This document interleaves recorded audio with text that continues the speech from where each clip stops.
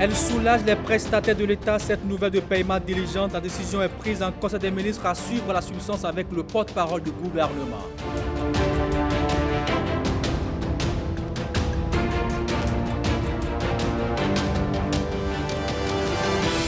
La dématérialisation de l'administration publique béninoise suit son cours sur le portail en ligne du service public. 8 nouveaux e-services viennent s'ajouter au package déjà disponible. Nicanor Kovi nous fera le point dans ce journal.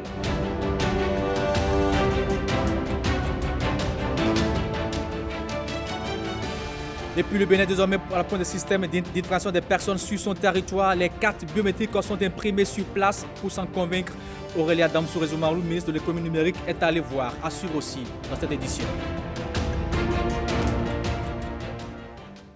Bonjour à tous et bienvenue dans ce 13h. Bonne nouvelle pour les prestataires de l'État. Plus de longues attentes pour se faire payer. Que va devenir la Sonacop, distributrice historique publique de produits pétroliers? Vieille question et réponse aujourd'hui. Suivez le statut des décisions prises hier en Conseil des ministres avec le porte-parole du gouvernement. On l'écoute. Sous la présidence de M. Patrice Talon, président de la République, chef de l'État, chef du gouvernement, le Conseil des ministres s'est réuni ce mercredi 9 juin 2021. À l'issue de la séance, d'importantes décisions ont été prises, au nombre desquelles, au chapitre des mesures normatives, en point 1, l'adoption du décret portant organisation de la profession d'ingénieur et d'ingénieur conseil et instituant l'Ordre national des ingénieurs civils en République du Bénin. Les prestations d'ingénierie concernent toutes les phases d'un projet, depuis les études d'identification, de faisabilité et de conception jusqu'à la réception de l'ouvrage, le contrôle, la supervision et la surveillance des travaux. Les aspects intellectuels, scientifiques et ou techniques qu'elles abordent ont pour but d'accompagner le donneur d'ordre en vue de la sécurisation des ouvrages et de l'optimisation des investissements dans les domaines tels que le bâtiment, les travaux publics, les transports, l'énergie, l'hydraulique, les télécommunications et l'environnement. En vue de mieux encadrer la profession et d'organiser les relations avec les tiers, les ingénieurs conseils ou ingénieurs civils ont décidé de se constituer en ordre professionnel avec l'accompagnement de l'État. Le présent décret réglemente, entre autres, l'accès à la profession ainsi que les rapports entre l'ordre et certains organismes publics ou privés. Le même texte prescrit l'obligation de recourir au service des ingénieurs et ingénieurs conseils pour tout projet de construction sur toute l'étendue du territoire national. Au titre des autres mesures normatives, ont été adoptés les décrets portant attribution, organisation et fonctionnement du ministère de l'Économie et des Finances, attribution, organisation et fonctionnement du ministère du Numérique et de la Digitalisation, création, attribution et fonctionnement du comité interministériel de mise en œuvre des mesures d'assainissement, d'achèvement et de clôture des opérations de lotissement et de remembrement foncier urbain, dissolution du comité de pilotage de la transition à la télévision numérique terrestre, CPTNT. Au chapitre des communications, en point 1, nous avons les nouvelles mesures liées à la restructuration de la Société nationale de commercialisation des produits pétroliers. Sur la base du rapport du comité de coordination et de suivi de la restructuration de la Sonacop SA, le Conseil, après analyse des offres reçues, a fait l'option de céder les stations de la société aux deux sociétés ayant fait les propositions les plus intéressantes. Il s'agit, pour le lot A, constitué de 63 stations, de la société Oryx Bénin et pour le lot B, constitué de 65 stations du groupement Bénin Énergie. Sont exclus de cette cession, dans les cas de figure concernés, le foncier qui fera plutôt l'objet d'un bail, de même que la station Ornano, située au carrefour dit des Trois Banques à Cotonou. Le désengagement de la Sonacop, de la gestion opérationnelle étant acté, le Conseil a décidé du transfert de l'ensemble de ses biens autres que les stations-service à l'État. En vue de leur affectation efficiente, le Conseil a marqué son accord pour que le port autonome de Cotonou, qui abrite sur ces domaines les dépôts les plus importants de la société, en assure la gestion via une filiale à créer pour les besoins de la cause. Il s'agit des dépôts d'Akpakpa, du port, de Boïcon, de Parakou et de Natitengu. De même, s'agissant de l'hydrant construit sur le domaine de l'aéroport de Cotonou, il sera transféré dans le patrimoine de la Société des aéroports du Bénin. Quant aux autres actifs immobiliers de la Sonacop SA, constitués de constructions diverses et de terrains nus, ils seront vendus aux enchères, à l'exception de ceux que l'État réserve à d'autres affectations. C'est le cas du siège de la société qui pourrait être cédé à la Caisse des dépôts et consignations du Bénin. C'est aussi le cas pour le résiduel des autres actifs immobiliers non cédés qui sera transféré à la Société des patrimoines immobiliers de l'État SOPI. En outre, le Conseil s'est prononcé sur les dettes de la Sonacop SA évaluées à environ 21 milliards de francs CFA au 31 décembre 2019. Ainsi, il sera procédé prioritairement au paiement des dettes envers les gérants des stations-service et certains fournisseurs. Il en sera de même envers les banques, la Caisse nationale de sécurité sociale et le Trésor public, le tout pour un montant de 2 milliards 639 376 676 francs CFA. Au point 2 sous ce chapitre, l'amélioration du délai de paiement des créances de l'État à l'égard des micro, petites et moyennes entreprises PME. Le gouvernement, depuis l'année 2016, a engagé plusieurs réformes concourant à l'amélioration du climat des affaires en vue de soutenir l'entrepreneuriat privé dans notre pays. À cet effet, il avait entrepris de procéder, dans un délai de 90 jours, au paiement des prestations des PME.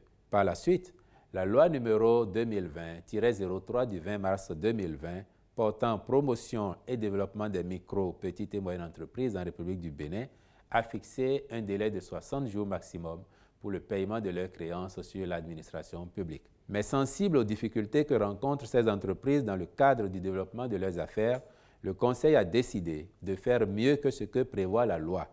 Ainsi, le délai de paiement des dites créances sera désormais de 30 jours calendaires au plus dès la constatation du service fait. À cet effet, la plateforme mise en place pour faciliter aux promoteurs de PME le suivi des dossiers de leurs créances ne se limitera plus au Trésor public. Elle sera réaménagée pour prendre en compte la situation des dossiers dès la livraison du produit ou la fourniture du service et le dépôt des factures. Le ministre d'État, chargé de l'économie et des finances, veillera, en collaboration avec le ministre du Numérique et de la Digitalisation, à la mise en œuvre de cette mesure. Au point 3, sous ce chapitre, la réalisation des études de planification urbaine, d'aménagement et de programmation architecturale du site du projet Semecity à Semepoji. Ce projet est conçu pour promouvoir le développement d'une économie du savoir et de l'innovation, pourvoyeuse d'emplois et créatrice de richesses, tout en offrant un cadre favorable et attractif pour plusieurs types de partenaires. Ce sont notamment les écoles et universités, les laboratoires et centres de recherche, les incubateurs d'entreprises innovantes ainsi que les communautés d'étudiants, de chercheurs, de professionnels, d'entrepreneurs et d'investisseurs béninois et ou internationaux. Le domaine destiné à accueillir les dites infrastructures étant maintenant disponible à Semepoji, il urge d'accélérer la réalisation des études de planification urbaine, d'aménagement et de programmation architecturale en vue de permettre le démarrage effectif des constructions. C'est pourquoi le Conseil a autorisé la contractualisation avec le cabinet d'urbanisme Atelier LD, réputé en la matière. Au point 4, sous ce chapitre, la mise en place d'une plateforme de suivi des obligations des véhicules roulants et l'acquisition de vignettes et lecteurs de contrôle associés au profit de l'administration publique. Dans le but de réduire significativement les tracasseries que subissent les usagers de la route, le gouvernement envisage de mettre en place un système d'information en mesure de suivre la validité des pièces administratives et l'état des véhicules en circulation. Il s'agit, entre autres, du contrôle technique, de la taxe sur les véhicules à moteur, de la souscription à une police d'assurance. Plusieurs objectifs sont poursuivis, à savoir assurer le suivi du respect des obligations prescrites par les tests pour la circulation routière, améliorer la sécurité des usagers, procéder aux verbalisations éventuelles et dématérialiser les paiements subséquents. Pour ce faire, le Conseil a autorisé la contractualisation avec une structure spécialisée qui mettra en place la solution appropriée. Au point 5, sous le même chapitre, le compte-rendu de la mission de contrôle de la gestion administrative, financière et comptable de l'hôtel Tata Somba et ses campements pour la période allant du 1er janvier 2019 au 28 août 2020. La mission d'audit de la gestion de cet hôtel, diligentée par l'Inspection générale du ministère en charge du tourisme, a relevé que sur la période, malgré la réalisation d'un chiffre d'affaires de l'ordre de 100 millions de francs CFA, des arriérés salariaux de 8 mois restent impayés. De même, elle a relevé qu'un montant de 759 670 francs CFA n'a pas été justifié au niveau de la réception, ainsi qu'une somme d'1 421 484 francs CFA au niveau de la caisse centrale, sans compter qu'un montant de 3 180 294 francs CFA de primes est indûment perçu par l'ex-directeur général de l'hôtel. Ce dernier a reversé au total 2 millions de francs CFA, représentant une partie du montant à rembourser, ce qui n'est pas le cas chez d'autres personnes mises en cause qui n'ont, à ce jour, effectué aucun reversement. Prenant acte de ce compte rendu, le Conseil a instruit le ministre de la Justice et de la Législation à l'effet d'engager les poursuites judiciaires appropriées pour recouvrer les montants restants dus au profit du Trésor public. Au point 6 des communications, le compte rendu du contrôle de la gestion des caisses de la Bibliothèque nationale du Bénin au titre du premier semestre 2020. Le rapport soumis au Conseil des ministres laisse apparaître une défaillance au niveau du service du dépôt légal et de la bibliographie. De fait, en l'absence de règles relatives au reversement des recettes au Trésor public, les agents commis à cette tâche accomplissaient cette obligation suivant leur bon vouloir. C'est ainsi qu'entre le 29 septembre 2015 et le 31 décembre 2019, il a été constaté qu'une somme de 5 686 200 francs CFA n'a pas été versée dans les caisses de l'État. Les personnes concernées, conformément à l'engagement qu'elles ont pris, ont remboursé les montants mis à leur charge. Prenant également acte de ce rapport, le Conseil a instruit le ministre du Travail et de la Fonction publique, en relation avec le ministre du Tourisme, de la Culture et des Arts, de mettre en œuvre une procédure disciplinaire à leur encontre. Au chapitre des rencontres et manifestations internationales, le Conseil a autorisé l'organisation à Cotonou, du 14 au 16 juin 2021, de la 61e conférence scientifique annuelle du colloque ouest-africain des chirurgiens. Et puis, au chapitre des mesures individuelles, les nominations ci-après ont été prononcées. À la présidence de la République, secrétaire général adjoint de la présidence de la République, M. Nounayon Aristide Djidjoho. À la Cour des comptes, sur proposition du ministre de la Justice et de la Législation, greffier en chef, M. Akweyon Clément Dassi. Au ministère de la Défense nationale, chef d'état-major de la Garde nationale, colonel Issa Abou. Je vous remercie. C'était à l'instant le porte-parole du gouvernement. C'est une vieille requête du secteur privé béninois qui aujourd'hui vient d'avoir une réponse, la réduction du délai de paiement des créances envers les micro, petites et moyennes entreprises. Mais au-delà de l'annonce, les journalistes présents au point de presse ont insisté sur son opérationnalité. Voici les gages donnés par le porte-parole du gouvernement. Vous vous préoccupez, peut-être à raison, en fonction des plaintes que les promoteurs des PME avaient souvent formulées en ce qui concerne l'application rigoureuse du délai de 90 jours que le gouvernement avait lui-même décidé de mettre en œuvre pour leur faciliter la tâche, et plus tard a œuvré pour l'amélioration de ce délai dans la loi qu'il a ramené à 60 jours. Mais malgré les efforts de l'administration, du ministère des Finances et de l'administration en général, des plaintes sont toujours remontées à l'autorité, notamment ici au chef de l'État et au ministre des Finances lui-même, sur le fait que les délais de 60 jours, malgré les efforts de l'administration pour les respecter, n'étaient pas toujours observés et que cela causait quelques ennuis aux PME. Le chef de l'État était très sensible à cette remontée d'informations, a demandé au ministre d'État en charge de l'économie et des finances de voir quelles sont les mesures qui peuvent être prises encore aujourd'hui pour améliorer la pratique qui était déjà en cours. C'est ainsi qu'en observant la situation, en faisant les réajustements qu'il fallait et en passant les instructions qu'il faut, il est apparu que sous trentaine, il est possible de faire en sorte que les prestataires de l'État, notamment les PME, soient effectivement payés, que leurs factures soient traitées et qu'ils rentrent en possession de la contrepartie du service qu'ils auront rendu à l'administration. Et le président de la République ne s'est pas arrêté là.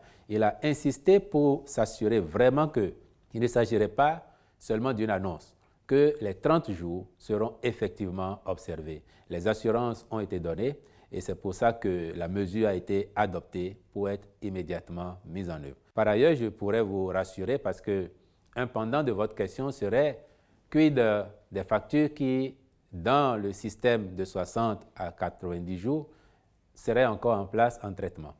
Là également, les instructions ont été passées pour que ces factures en attente fassent l'objet d'un traitement diligent afin de ne pas déborder le cadre des 30 jours qui viennent ainsi d'être retenus. Et le ministre d'État, chargé de l'économie et des finances, a donné des assurances au Conseil que cette instruction sera scrupuleusement respectée. Elle court depuis quelque temps sur nos marchés vivriers, creuse les économies affaiblies, le pouvoir d'achat du consommateur béninois, l'inflation des produits vivriers. Comment réagit le gouvernement qui a pris le cap du social? Écoutons à nouveau le porte-parole du gouvernement. C'est une question importante qui concerne l'ensemble de nos compatriotes, le pays dans son ensemble. Il faut d'abord faire observer, et vous êtes les témoins de cela, que pendant 5 ans pratiquement, je vais dire sur tout le quinquennat écoulé, les prix des produits que vous évoquez n'ont pas connu de variation majeure. En général, ils sont restés au niveau où ils étaient en 2016-2017 et n'ont pas connu de flambée.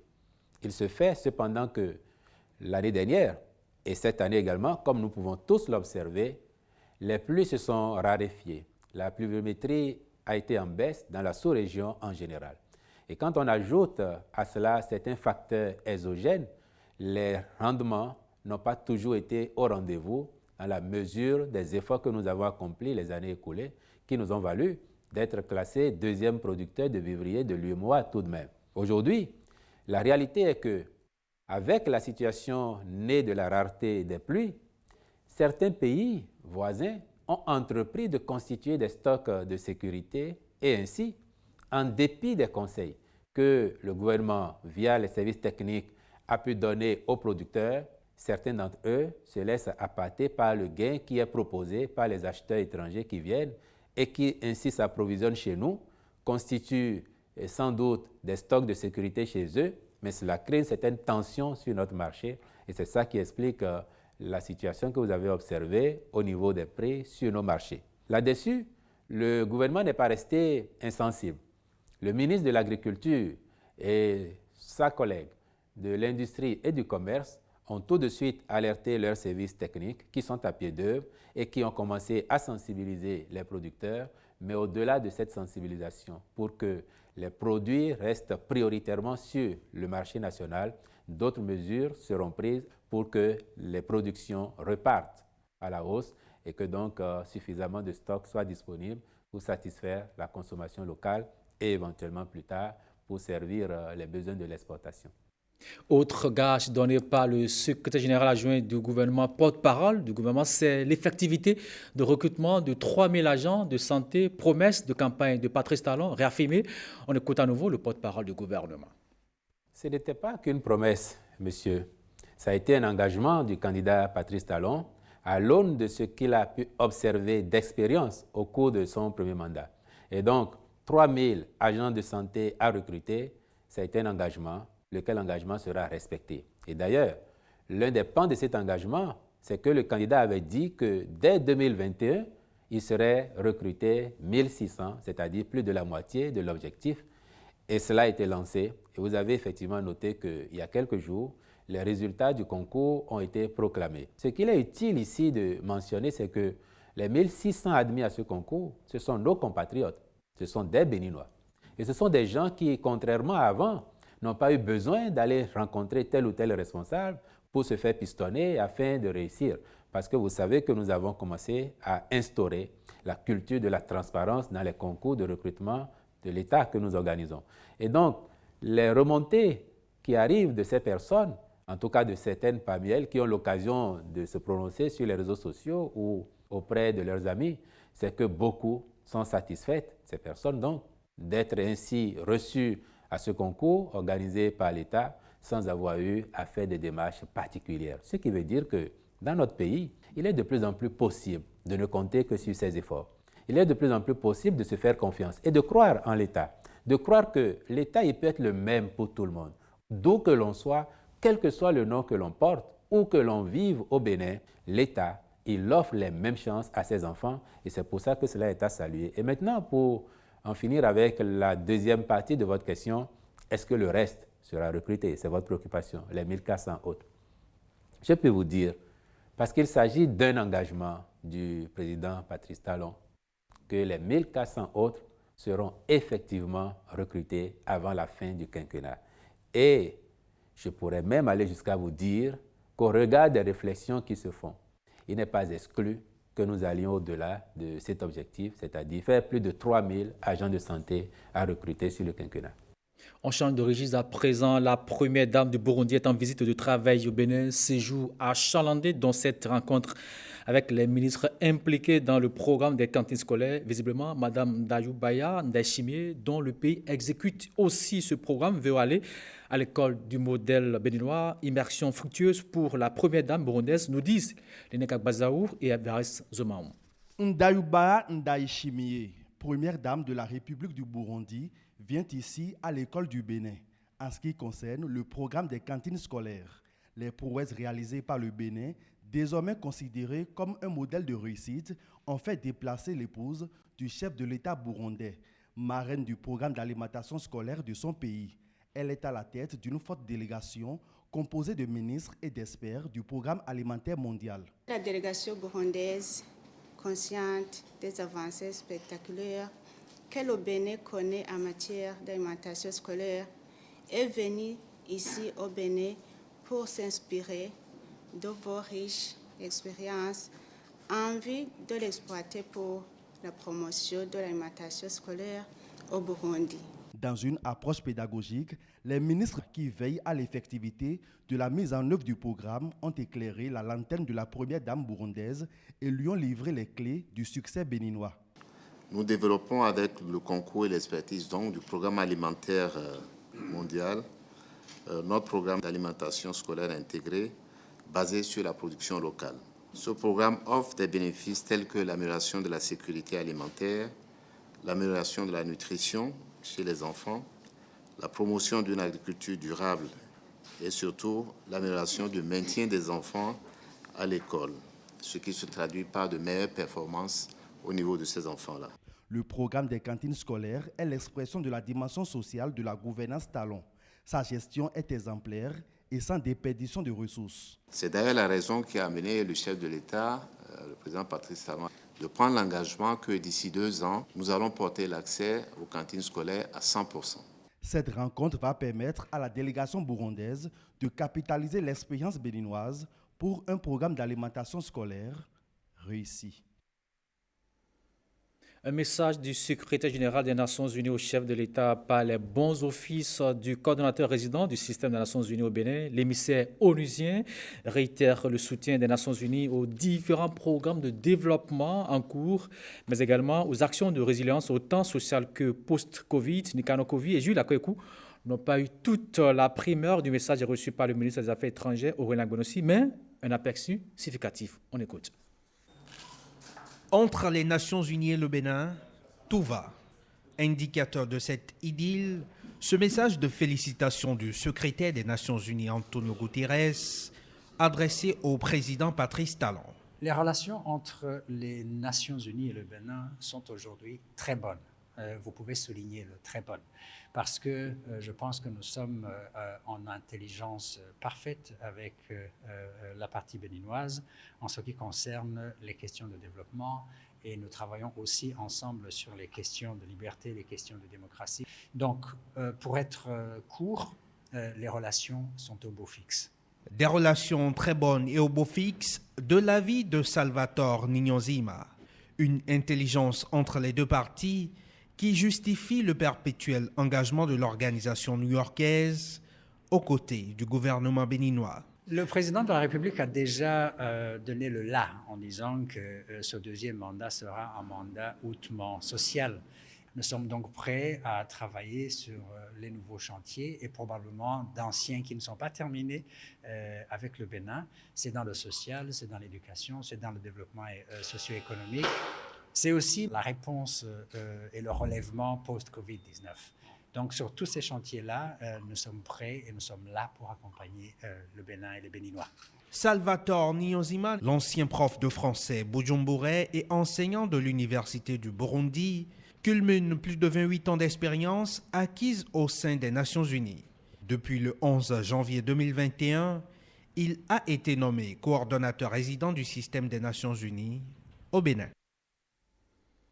La dématérialisation de l'administration publique béninoise suit son cours sur le portail en ligne du service public. 8 nouveaux e-services viennent de s'ajouter au package déjà disponible. Ils ont été lancés ce mercredi 9 juin à Cotonou en présence de 3 membres du gouvernement. Voici le point avec Nikana Kovi et Igor Ayoso. Une administration intelligente à l'ère du Web 2.0. Pari fou du gouvernement de Patrice Talon qui veut faire du Bénin le hub numérique de l'Afrique de l'Ouest.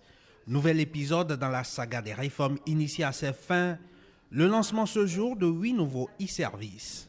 L'attestation de non-exclusion de la commande publique, l'attestation fiscale, l'attestation de non-faillite, l'attestation d'immatriculation et de paiement des cotisations à l'employeur, le permis de travail, les visas de contrat de travail pour nationaux et pour expatriés, le raccordement à la SB2E. La dématérialisation comme s'il en pleuvait. L'ambition, apprendra-t-on, est de développer la transversalité dans l'administration publique.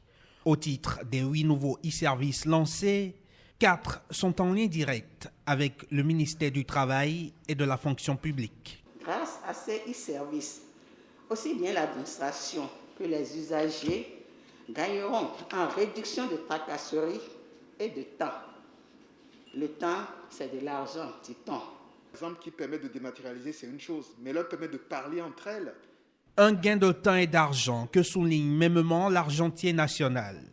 Pour le ministre d'État en charge de l'économie et des finances, cette digitalisation-là est au service du développement économique, mais elle simplifie la vie avant tout. Les perspectives, c'est non-stop. Dès qu'on peut faire quelque chose, on le fait. Créer des services, mais aussi permettre aux citoyens de sentir que quand il a affaire à un service public, mais c'est comme si tous les autres services publics étaient déjà au courant de ça et lui évitent de recommencer les mêmes choses. Service-public.bj, c'est là que tout se passe. Un vaste portail d'accès à l'administration béninoise de demain en somme, avec fenêtre sur le monde. Le Bénin est désormais à la pointe des systèmes d'identification des personnes sur son territoire. Les cartes biométriques sont imprimées sur place. Pour s'en convaincre, Aurélie Adamsoulé, ministre de l'économie numérique, est allée voir les nouvelles installations du centre de personnalisation des titres biométriques au Bénin face à Marcela Rossi. La ministre rassure. Je dois dire que j'en suis très satisfaite. J'ai pu voir que les installations des équipements ont été faites conformément à toutes les règles de l'art, avec une capacité de production très satisfaisante, conforme à ce qui avait été prescrit et approuvé par le gouvernement. Donc c'est le lieu ici de dire que la dynamique est en marche. Il y a eu le RAVIP, il y a eu ensuite la promesse par le gouvernement que chaque Béninois aura droit à une identité, et pas n'importe laquelle, une identité numérique. Et aujourd'hui, donc, c'est cette dynamique qui est concrétisée à travers la mise en place de ce centre de personnalisation dans notre pays. Lorsqu'un État se modernise, comme le Bénin est en train de le faire, c'est que les plateformes se créent, les applications se mettent en place, la dématérialisation se poursuit. Et quand on fait tout ça, l'identité numérique constitue une pierre angulaire. Lorsqu'on veut s'assurer de rendre des services efficacement aux populations, avec la sécurité qu'il faut, il faut pouvoir dire avec précision que tel individu est bien cet individu qu'il prétend être. Et c'est tout l'intérêt ou tout l'enjeu d'avoir un tel centre de personnalisation ici au Bénin. C'est que désormais, le Bénin a en fait cette souveraineté de pouvoir imprimer ses cartes sur le territoire et de donner à chaque Béninois, chaque Béninoise, conformément à la vision du chef de l'État, le président Patrice Talon, une identité numérique pour que derrière tous les services numériques qui sont produits par l'État, par le secteur privé, y compris le secteur bancaire, et bien que les Béninoises et les Béninois puissent y avoir accès en toute sécurité. Et dans cette même dynamique, bonne nouvelle pour la reconnaissance et la traçabilité des citoyens, l'identification biométrique est une mauvaise nouvelle pour l'anonymat, bien sûr, sous lequel opèrent les arnaqueurs et autres cybercriminels. Bientôt, les abonnés GSM se feront identifier par des pièces biométriques. C'est le nouveau projet de l'Agence nationale d'identification des personnes. Cyril Goubedji, qui en est le gestionnaire mandataire, s'en est confié à Marcela Rossi. On l'écoute. Pour permettre aux opérateurs GSM d'accomplir convenablement leur obligation d'authentification de leurs abonnés, le gouvernement joue sa partition en activant le service public de distribution des preuves de l'identité du citoyen. Donc tout ce que vous voyez se passer à la NIP, l'engouement, l'attroupement, tout ce que vous voyez à ce niveau, c'est la réponse à un besoin réel de la population et pour permettre donc aux opérateurs GSM de dire oui, mais le gouvernement a pris ses responsabilités. Nous allons seulement exiger aux gens de présenter leurs pièces. Sous peu, la population sera informée que pour s'abonner, acheter une carte SIM, il faut présenter une pièce d'identification portant le numéro personnel d'identification de la personne. Ça peut être un certificat d'identification personnelle, CIP, que l'ANIP délivre. Et ça peut être également dans les prochains temps à venir, le certificat NPI-FID, que la Banque mondiale voulait aider le Bénin à mettre à la disposition des gens gratuitement pour qu'ils puissent avoir la preuve de leur numéro personnel d'identification. Nous avons donc fait le tour du projet. Il y a eu des avancées remarquables. Les opérateurs en sont contents. Nous-mêmes, nous en sommes contents. Voilà qui vient boucler cette édition. Merci d'avoir suivi. Demain, vous serez avec Estelle Pazou à 13h. D'ici là, portez-vous bien.